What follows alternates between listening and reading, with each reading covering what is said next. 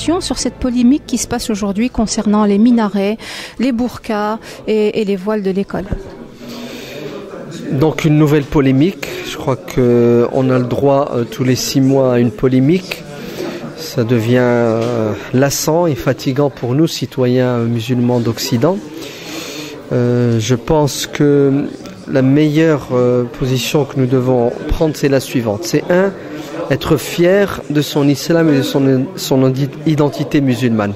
On n'a pas à nous complexer à cause de toute cette pression médiatique, à cause de tous ces dires sur notre religion et sur nous-mêmes. Deuxièmement, je pense qu'il ne faut pas relever. Ces polémiques sont des tempêtes qui vont passer. La première a commencé en 79 avec la révolution iranienne, le Tchador. Ça fait 30 ans, on est toujours vivant. Cette polémique, elle va passer, on restera vivant. Ce qu'il faut, c'est la gérer de manière intelligente. C'est-à-dire, assumer notre citoyenneté en tant que citoyen et ne pas tomber dans les extrêmes et surtout ne pas devenir des extrémistes qui nous marginalisons et qui rejetons de manière psychologique, voire même parfois physique, notre société sous prétexte qu'elle nous déteste, qu'elle ne veut pas de nous. Moi, je pense que ces gens qui créent ces polémiques et qui les entretiennent sont une minorité dans la minorité des minorités qui ont des comptes à régler, non pas avec l'islam, mais je pense avec toute autre minorité visible, qui ont un problème avec toute religion et non pas seulement l'islam. Ainsi, il ne faut pas tomber dans ce piège. Il faut être fier de son identité musulmane, fier de son identité citoyenne, l'assumer, la revendiquer et au quotidien discuter, dialoguer avec nos voisins, avec nos collègues, avec toute personne qui malheureusement subit cette pression médiatique et qui est victime de ces mensonges à l'égard de l'islam et des musulmans. Il faut que cette communauté musulmane se sente intégrée. Et je pense que les jeunes qui sont nés en Occident le sont. C'est vrai que nos parents ne sont pas encore, je pense qu'ils ne le seront jamais puisqu'ils sont venus d'ailleurs. Mais en ce qui concerne la deuxième génération, il ne faut pas que cette question d'identité ne soit remise en question parce que c'est très important la posture dans laquelle nous nous mettons. Si nous vivons avec nos concitoyens et on se considère comme étrangers, automatiquement ça va se ressentir dans notre manière de parler. Je suis belge, je suis occidental. Donc, mon identité, c'est quoi? C'est la liberté, c'est l'égalité, c'est la fraternité.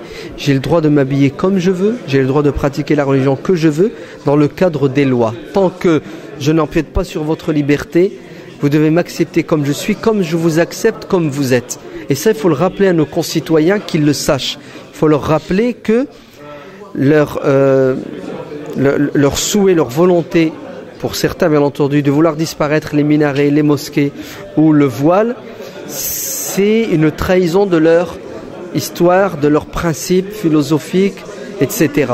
Donc, moi je dis qu'il n'y a pas de problème de foulard, il n'y a pas de problème de burqa, il n'y a pas de problème de minaret. Il y a un problème chez les gens qui, malheureusement, au lieu de rester des citoyens tolérants, des citoyens qui acceptent les différences, ils sont en train de tomber dans les extrêmes et j'ai peur qu'on revienne 100 ans, 200 ans en arrière. Si en France on a fait notre révolution pour instaurer justement ces principes de liberté, d'égalité, c'est pas 200 ans plus tard qu'on va les remettre en question. Les musulmans sont des citoyens comme les autres, ils ont le droit à la différence et ils ont le droit de pratiquer leur religion dans le cadre des lois. Maintenant, il faut dire à notre communauté musulmane que la compréhension et la pratique de la religion doit se faire à la lumière de l'interprétation de notre religion en fonction de notre contexte. L'islam d'Europe ne sera pas l'islam du Moyen-Orient ou l'islam d'Asie. Nous avons une identité culturelle et l'islam n'est pas contre les identités culturelles, au contraire. L'islam intègre toute identité culturelle qui n'est pas en conflit avec ses principes et ses fondements. C'est pour ça que je dis que les jeunes musulmans et les musulmans d'Europe doivent être des musulmans européens occidentaux. Dans leur manière. Est-ce que vous avez des témoignages de jeunes qui expriment leur frustration? Comment se sentent-ils puisqu'ils sont étrangers dans leur propre pays dû au regard qu'on leur porte? Alors, ils expriment leur frustration en disant qu'ils ne sont pas belges, ils ne sont pas français. Donc ils rejettent, ils sont en train de nier, ils sont en train de muer en fait, de retirer leur carapace de citoyen. Et c'est peut-être aussi parce qu'elle n'était pas très profonde, d'accord? Donc il faut qu'on discute et qu'on soulève un vrai débat identitaire à l'intérieur de notre communauté. Certains disent je suis belge, et puis quand on gratte un peu, on voit qu'ils sont belges dans les papiers, et puis quand ils le disent, mais au fond d'eux-mêmes, je pense qu'ils n'ont pas encore cette fibre qu'a le belge qui est belge depuis des siècles. Donc ils l'expriment en reniant, en essayant de remettre en cause leur identité culturelle occidentale. Deuxièmement, en tombant dans les extrêmes, c'est-à-dire en se réfugiant dans une interprétation de la religion qui rejette l'autre qui est différent. En fait, ils tombent dans ce qu'ils reprochaient à leurs concitoyens qui ne les acceptent pas comme ils sont. Malheureusement, ils rendent le mal par le mal.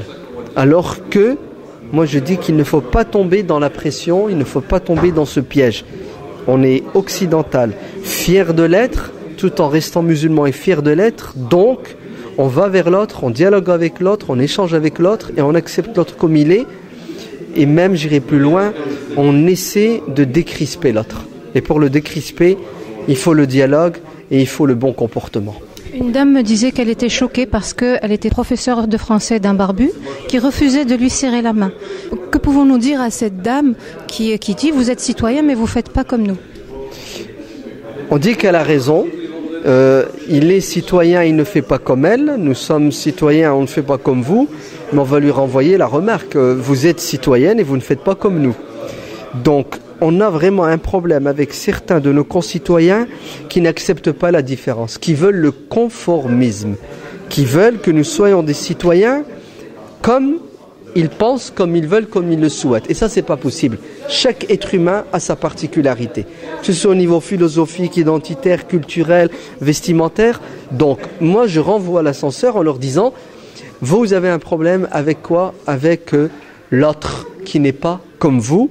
Vous allez tomber dans le fanatisme et le rejet de l'autre, comme ça a été le cas il y a 200 ans avec d'autres minorités religieuses ou philosophiques. Deuxièmement, je dis à mes frères musulmans que il y a dans cette religion, alhamdoulilah, assez de souplesse. Il y a assez d'avis que nous devons adopter qui vont nous permettre justement d'être intégrés dans notre société pour éviter le conflit, pour éviter la crispation. Donc j'invite nos jeunes musulmans à écouter et à apprendre leur religion de la bouche des savants et des prédicateurs musulmans occidentaux et non pas étrangers qui ne connaissent pas notre réalité et qui ne vivent pas au quotidien avec nous et qui n'ont pas non plus connaissance des sentiments de nos concitoyens. Et moi je dis qu'il ne faut pas heurter les autres, ça ne sert à rien. Il ne faut pas aller au conflit vers les autres. Il faut faire des concessions lorsque c'est possible et lorsque ces concessions ne sont pas fondamentales. Pourquoi? Parce que la paix sociale, l'échange fraternel entre les citoyens est beaucoup plus important que certaines pratiques qui ne sont pas fondamentales dans notre religion. On doit avoir le souci des priorités, le souci des urgences pour éviter des conflits dont on n'a pas besoin.